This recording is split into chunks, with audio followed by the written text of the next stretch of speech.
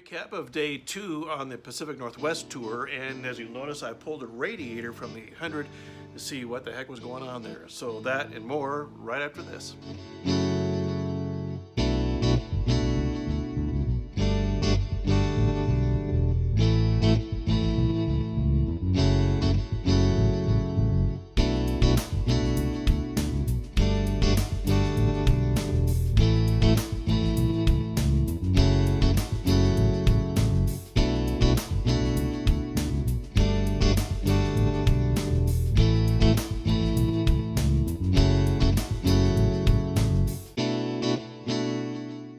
Welcome back to UTADV. I'm Eric Young. Glad to have you along with me again as we kind of continue this recap of the Pacific Northwest tour into day 2 this time.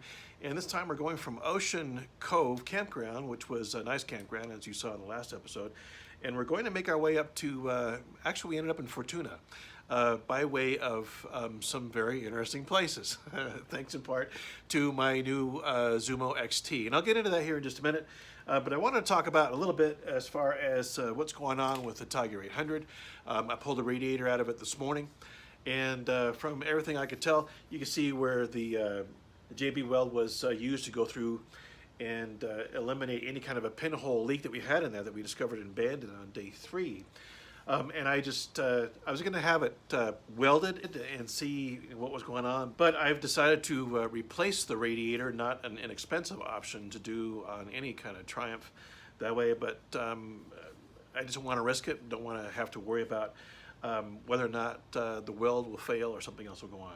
We had a good night's sleep and left Ocean Cove relatively early in the morning and started making our way up the coastline. And as we came into the Mendocino area, we got to the Point Arena Lighthouse, which is a great lighthouse. It's one of very few still functioning lighthouses that's on the coast of California.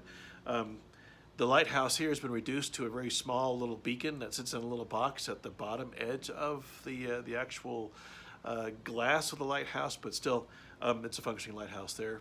We enjoyed ourselves. We've been there a number of times, and I always enjoy going back. And I love Mendocino as well. What's interesting about Point Arena and the Manchester area there is that on the west coast of the United States, it's the closest point to Hawaii and then Japan, and therefore is the internet data trunk access for internet data lines that go underwater across the ocean to those different areas. We went on to Mendocino where we had lunch and kind of rested up a little bit. And you know, every time we stop, we seem to attract two different types of observers. The first type is the "gee, I wish that were me" type. I'd sure like to be going on a ride myself sometime, and where are you going, where'd you come from, that kind of thing. And these people seem to be in total awe of what it is that we do. The second type is, oh, well, I used to ride, and I had a horrible accident, and here's all the injuries that I sustained in that. And while we're constantly aware of perhaps both of these ideas of the fact that we are touring and having the time of our lives on a pair of motorcycles, it never escapes us of the dangers, the risks that we're taking.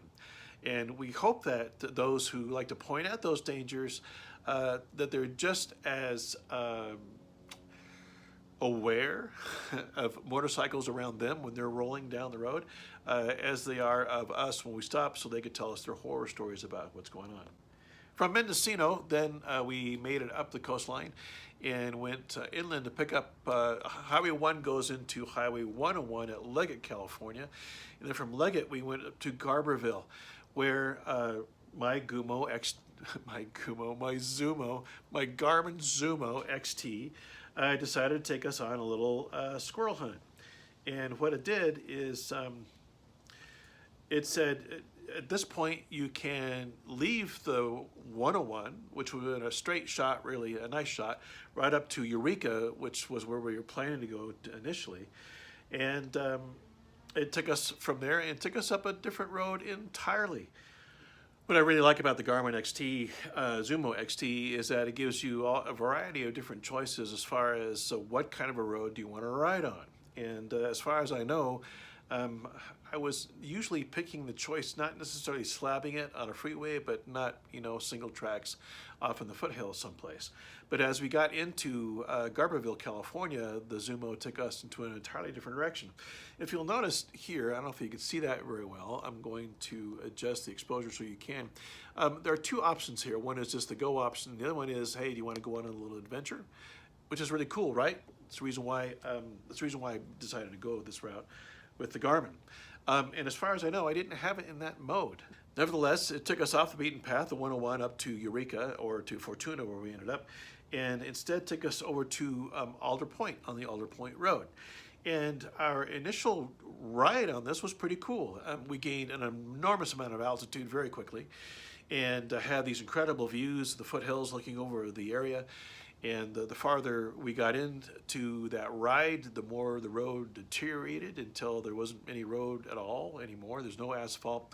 And it was hard to say that that there was a road because the potholes, it looked like it had been hit by a meteor shower. There were potholes as big as bathtubs.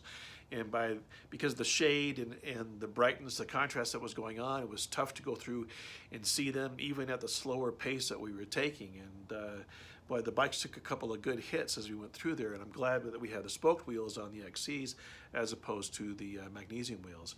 It took us 106 miles out of our way, and eventually we ended up back on Highway 36, which borders the Eel River, and that takes us back into more closer to the coastline. And we came out near Hydesville, and at that point we were so hammered that we decided to just stop at Fortuna. We found a nice motel. We were too tired to camp that night with everything that had been going on. We picked up some pizza, which is probably the best pizza I've had in California, which is saying a lot, at this crazy little place called Funky Monkey. And it actually it felt really weird because there was nobody there because of the COVID situation, even though the restaurant was still open and still seating people. We were the only ones in the restaurant about the entire time that we were there.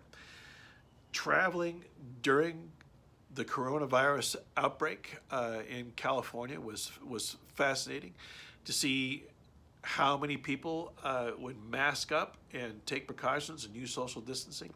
The further north we got into California, the more that dissipated. The less masks we saw and the less kind of social distancing we saw going on as well, which might speak as well to some of the political positions that folks are taking the farther north you go into California. So on our next episode, we'll go from, we're going to go from Fortuna up to Bandon. And Bandon is where we discovered the failure of this device there. So we'll talk about that a little bit more detail and get into the lovely city of Bandon, Oregon as well. All right?